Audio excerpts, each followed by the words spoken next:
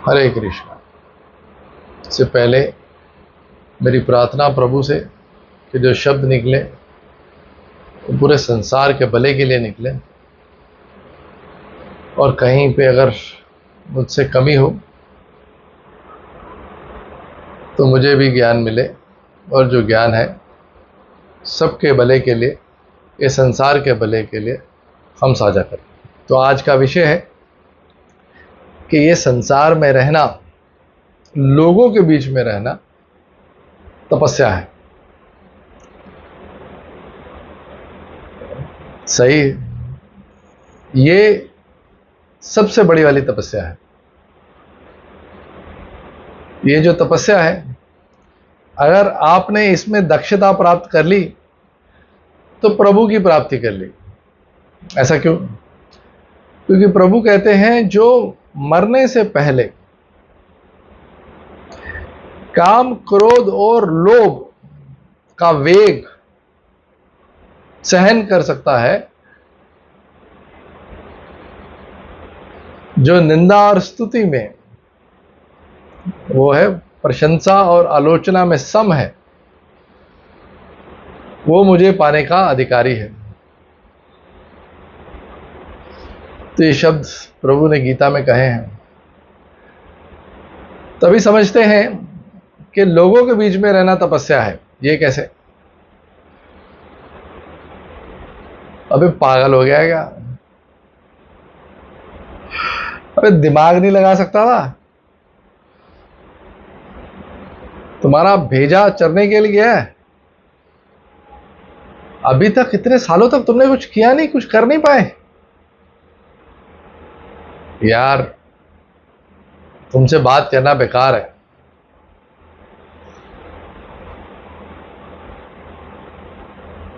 क्या है, तुम छोड़ दो तो रहने दो, तुम शांत रहो, तुम चुप रहो।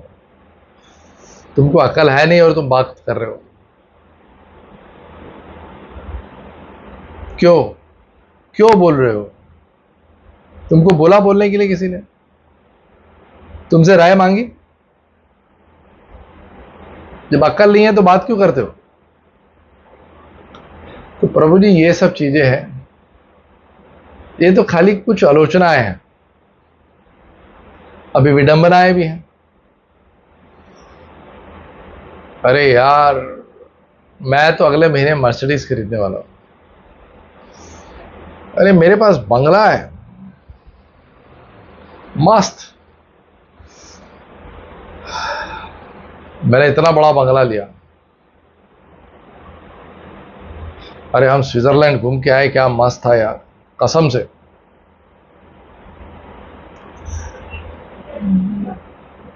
सो ये क्या है? ये दूसरों को ईर्ष्या जगाने वाले शब्द। अभी इसमें से पॉइंट ये है कि ये आलोचनाओं वाले शब्दों में और ईर्ष्या वाले शब्दों में आप कितना हिलते हैं। तो हम 100% लोग ऐसी आलोचना वाले शब्दों में हिल जाते हैं। अरे उसने मेरे को बोला कैसे, रातों की नींद उड़ जाती है। अभी पॉइंट ये है कि जो ये बोलता है कि उसने मेरे को बोला कैसे, वो खुद उसको बोलने से पीछे नहीं हटता है। तो ये जो तीर है ना, ये कॉन्टिन्यूसली बराबर तरीके से चलते रहते हैं। और अगर आपको लगता है कि कोई आपकी आलोचना कर रहा है, जानबूझ के कर रहा है, तो ये सबसे बड़ी गलती है। वो आपकी आलोचना गुणों से विवश होकर कर रहा है। ये वो नहीं है जो वो कर रहा है, ये गुण है जो उससे करा रहे हैं। वो गुण कौन से? रजोगुण, तमोगुण, सतोगुण। अगर आपको नहीं मालूम है तो वीडियो जरूर देखते रहिए, मालूम चलेगा। तो ये प्रकृति है, प्रकृति से विवश होकर लोग आलोचना करते हैं। हम दोस्त भी ढूंढते हैं, क्यों? ताकि दूसरे की आलोचना कर सके, और उसमें बड़ा मजा आता है। किसी दूसरे की बुराई करने में जो मजा है वो और किसी चीज में नहीं है। मगर हम भूल जाते हैं कि हमारी आलोचना भी पीछे से होगी। इसलिए इस संसार में रहना तपस्या है। अभी ये तपस्या में दक्षता कैसे प्राप्त करें? पहली बात तो ये कि कोई कुछ भी बोले, अब ये सोचिए कि अगर वो बोल दिया और आपने उसको रिएक्ट नहीं किया तो क्या फर्क पड़ जाएगा? उसका मजेदार चीज क्या है? अगर आप कहीं जॉब कर रहे हैं तो आप सुन सकते हैं, मगर नहीं सुना तो आप नौकरी छोड़ के आ जाएंगे। अगर आपको ये लगे कि अरे यार ये आदमी ऐसी बात करता है मगर दिल से सही है, तो सोचने की क्या बात है? एक कि आदमी की वो आदत है मगर अंदर से वो दिल से साफ है, तो ऐसी आलोचना को और ऐसे शब्दों को आपको नकार देना चाहिए। वो अपने आप के प्रेशर में, क्योंकि हर इंसान के ऊपर अपना प्रेशर होता है, वो प्रेशर में अगर उसने कुछ बोल दिया, भूल जाओ, उसका दिल साफ है। मगर ऐसा व्यक्ति जो कुटिल है, कपटी है, मतलब उसके दिल में मैल है, वो व्यक्ति आलोचना आपको मारने के लिए करता है, दबाने के लिए करता है, या फिर आपकी प्रशंसा भी आपको भटकाने के लिए करता है। तो आपको क्या देखना है? उसका दिल, उसकी भावना, कि वो व्यक्ति क्या है।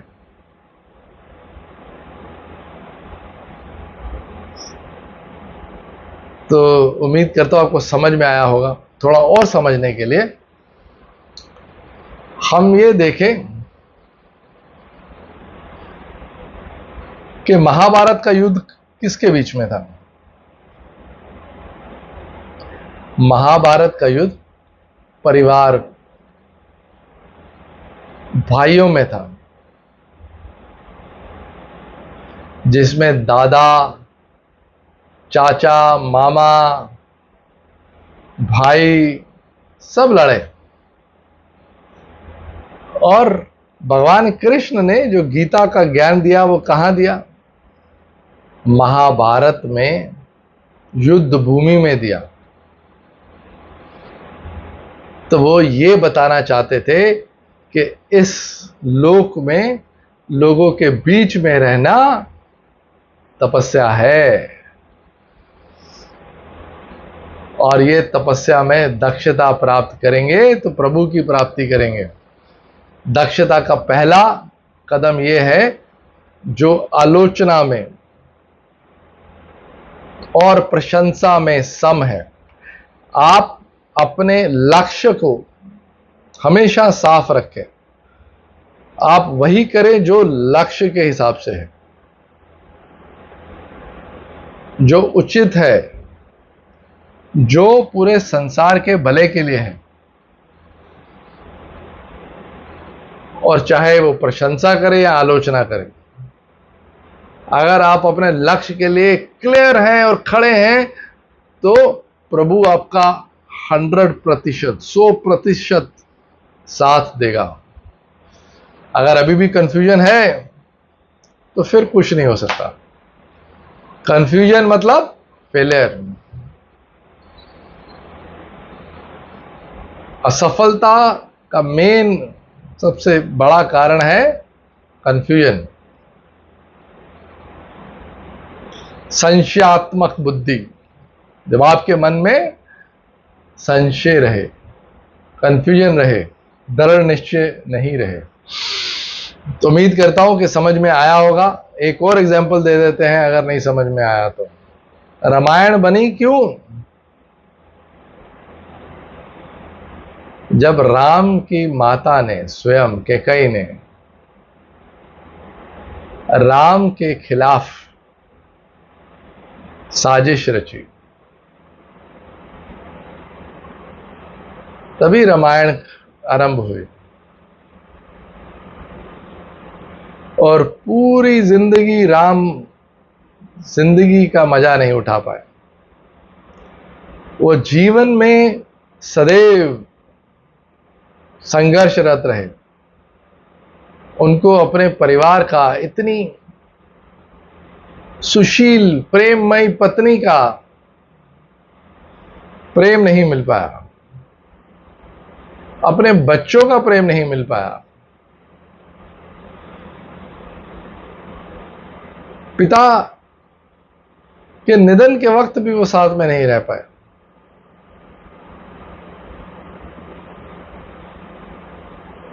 तो सोचिए,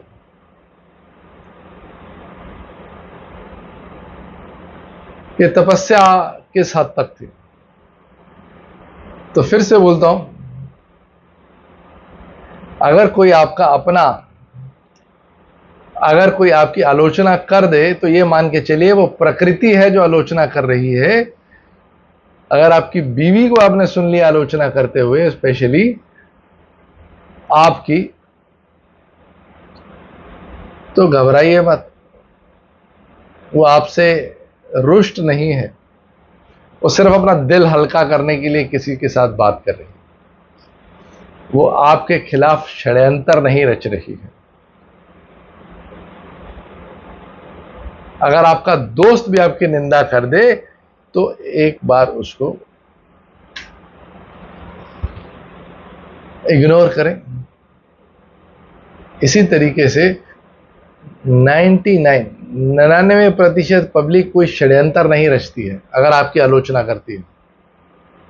ये प्रकृति है जो आलोचना करने में विवश करती है, और उसको एक कान से सुनिए, दूसरे से निकाल दीजिए। अपना कर्म करिए, कर्म।